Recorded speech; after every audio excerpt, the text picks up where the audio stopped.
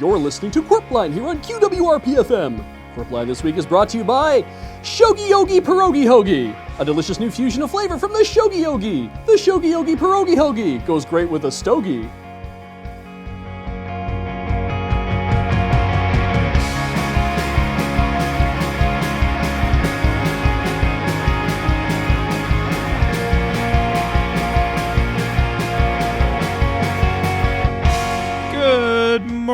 Welcome to the show. It's Big G Money here with A-Train. How are you doing this morning, Alex? Half full. Of? Double price brunch. What? I lost the flip.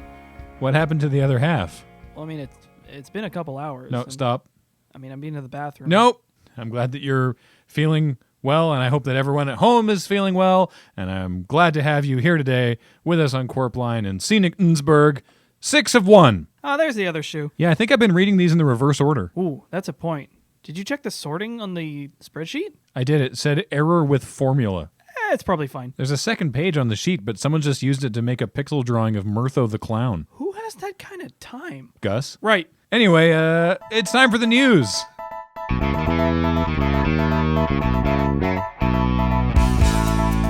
The Innsbruck Ladies Auxiliary is hosting their annual spring plant sale this Saturday.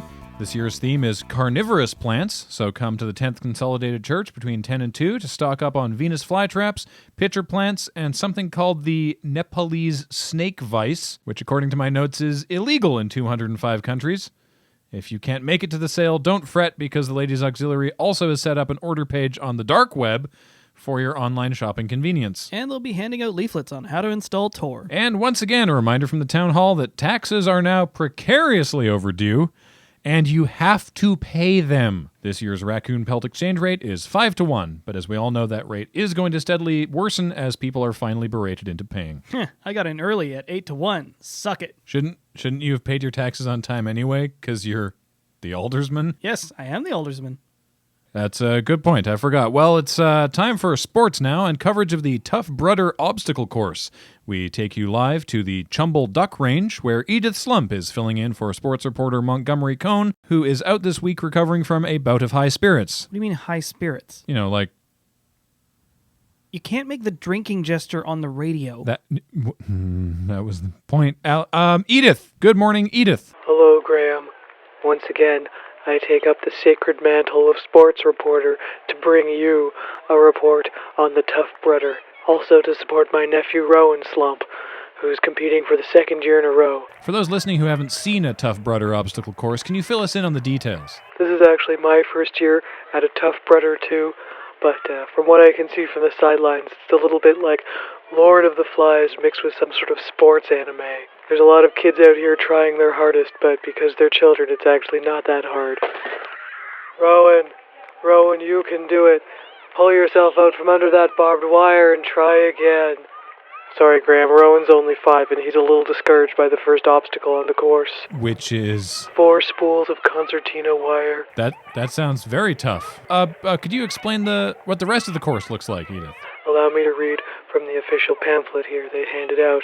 This year's Tough Brudder course is inspired by 1917 Alsace-Lorraine, and therefore features a variety of obstacles, including environmental, man-made, and animal. Huh. I guess the concertina wire falls under man-made. Yes. In addition to those, there's a 20-foot featureless wall they call the mountain, an underground tunnel network, and a flamethrower. Though the flamethrower just throws tinsel, it's because it's for kids, right? The rest of that still sounds pretty dangerous. Oh no, they have made several concessions in the name of safety. For example, the punji pit spikes are actually just coated in Bactine. Oh, okay. What about the animal hazards you were talking about? Oh, no, that's just a few raccoons they couldn't clear from the course. They're only a little bit rabid. How much is a little? Probably 50-50. Listeners, I apologize for getting slightly distracted here, but are you saying that each raccoon is half rabid or half the raccoons are all rabid? I'm sorry, Graham, but sports reporting isn't really my forte, but I can check those numbers and get back to you. There's also an obstacle called the Archways of Tenarth, but I can't see them from my side of the course, so I'm going to assume Rowan will be just fine going through them. Oh, 1 second, hold on. Rowan, you can do it. There's only one piranha in that water. It can barely hurt you. Just keep going. Sorry, it's very important to encourage your family at events like this. I will just say to the listeners at home that the point of these rather sort of extreme obstacle races is to challenge yourself. You're not actually competing with your fellow racers. Oh, well, nobody told these kids that. From my vantage point, I can see that there's a big bottleneck at the Pointed Veil, and it seems to be every kid for themselves. You know, Graham, this pamphlet they hand out does say that Melody Yum first awakened her bloodlust, running her own tough brudder when she was but a child. She's still in high school, Edith. And carries within her chest the heart of a warrior. Well, there you have it. If you want to see the awakening of future sideball stars, head on over to the Chumble Duck Range for Tough Brudder. Rowan, just grab the spear and thrust with all your hate. He's such a good kid, Graham. Speaking of a seemingly never-ending series of challenges, we go now to Richter Hammock Slam. Wait, he's back? Yeah. From Dubai? Yeah. How? Don't know. Kinda don't care. Sup, Richter? Graham, traffic is at an absolute standstill, as far as I can tell from my vantage point here. Where's your vantage point, Richter? Home, Graham. Home in Innsbruck or your actual house? While I appreciate that you remember that I live in a manufactured home and therefore can move wherever the will takes me, Innsbruck is currently my home and I am inside of it at this time. Then why can we hear the traffic coopter? Those things are at their least efficient when you start and stop them, so I keep it running at all times to save this station valuable resources. I'm not a mechanic, but I am pretty sure that's not how that works. Who's to say who's right in this crazy mixed-up world of ours? Richter, you said traffic's at a standstill. Like, out the window? Well, I'd assume so, Graham. I can't actually see farther than my street. But the delivery that I've been expecting for the past 2 days hasn't come yet. Does the tracking say it's out for delivery? Yes! Oh, that's so annoying. I know, right? Once they left a slip on my door, and I was totally just in the bathroom. I didn't even hear the knock. Oh man, that happened to me once too. How do you hear anything over the coopter? And then I had to go out to the depot. It's on the other end of town. It was such an annoyance. The traffic was terrible. When was this? Tuesday. Okay, so traffic was backed up on 10th Avenue last Tuesday, so extrapolate from there, listeners. This happens to me all the time, Richter. You sure it's just traffic, or is it the driver just like screwing around? That could be, Graham. I did see the mailman trying to duck underneath the blades and then chickening out like some sort of communist. Oh my god, typical. Is that something communists are known for? And Graham, stop encouraging him. I can't really speak to communists, but delivery drivers, absolutely yes. I've tracked this package all the way from its destination. From hub city to hub city, finally landing here in Innsbruck, and I need it in my hands today. Oh, I know that feeling. You watch it, it gets to the Julesburg airport, and then it just sits there and sits there and sits there, and then bang, missed delivery notice. I know! I saw it sitting on that trailer for like 3 hours before someone even touched it. It's like they don't even care. Like, we paid for the tracking. Right? And the amount of fuel I used staying aloft, keeping an eye on it while it wasn't even moving? What the hell are they even doing? I feel like I'm going crazy! Right? Right? Wrong! So anyway, I'm stuck here for at least another 4 hours before they attempt, quote-unquote, another delivery. Oh, there he is! Back to you, Graham! Wait, Richter, I'm invested now too. What did you order? What is it? I need closure! Alex, it doesn't matter. What matters is he got it. Well, now, Alex, you may as well keep on sobbing. We go to summer intern Derek, who is on location at the soon-to-be-revitalized Baskerville Mystery Mansion for an exclusive interview with Carly Plunk. Hi, Graham. Hi, Alex. It's so cool you sent me to the Baskerville Mystery Mansion. I loved coming here as a kid. They never really let us inside, but we all get to stand around and look at it for a while. Why am I here again? To interview Carly Plunk, heiress to the Baskerville Sands fortune. Oh, that's why it's called the Baskerville Mystery Mansion. Excuse me, it's Baskerville Sands.